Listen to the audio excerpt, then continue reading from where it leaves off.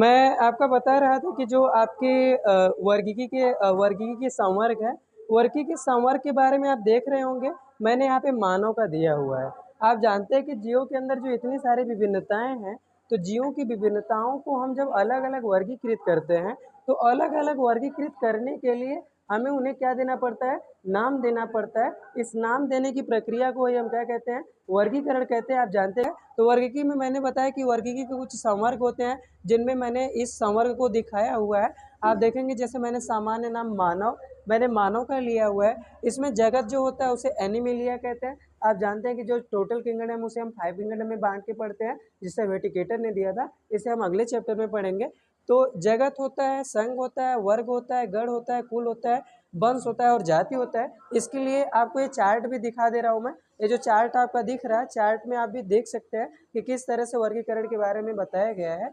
तो इसके बाद मैं आपको दिखाता हूँ, जगत को हम क्या कहते हैं, किंगडम। संघ को क्या कहते हैं हम, फाइलम। वर्ग को क्या कहते हैं, क्लास। गण को क्या कहते हैं, ऑर्डर। और कुल को क्या कहते हैं, फैमिली के नाम से जानते हैं। और वंश और जाति। अभी देखिए, जो मैंने बताया था कि कैरोलस लिनियस ने जो वर्गीकरण दिया था, उन्होंने द्विनाम पद्धति दिया था, जिसे बाइनोमियल नॉमेनक्लेचर कहते हैं। बाइनोमियल नॉमेनक्लेचर में उन्होंने वंश और जाति दो नाम को अलग अलग बताया था, क्योंकि आप जानते हैं कि जो वंश होता है वो एक हो सकता है, लेकिन जातियाँ जो जीवों की होती हैं वो क्या होती हैं, अलग अलग होती हैं।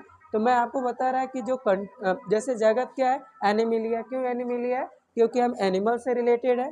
संघ क्या है आपका, फाइलम, जिसे हम कार्डेटा कहते हैं। वर्ग क्या है, मैमिलिया है। गण क्या है, प्राइमेट्स है।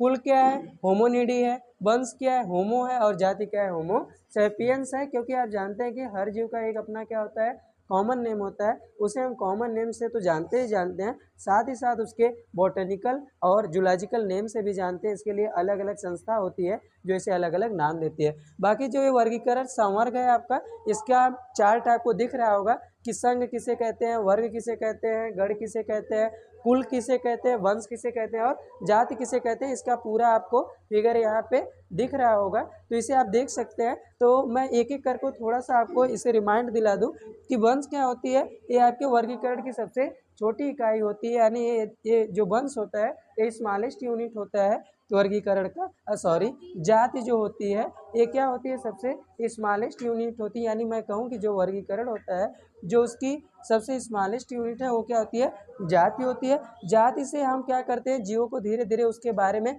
और चीज़ों को क्या करते हैं, इकट्ठा करते हैं। जैसे मैंने यहाँ पे कुछ आपका शो किया हुआ है, जैसे जाति के ग्रुप को हम क्या कह देते हैं, वंश कह देते हैं।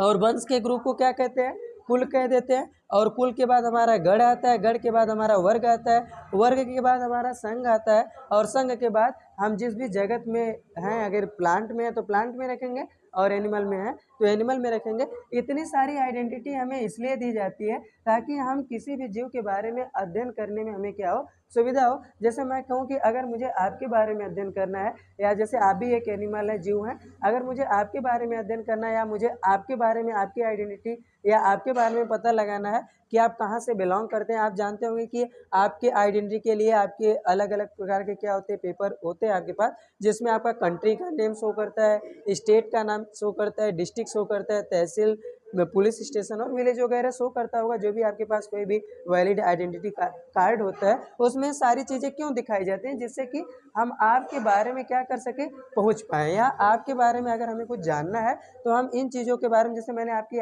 अपनी आईडी आपको देता हूँ, तो उसमें मेरी सारी डिटेल्स लिखी होती हैं।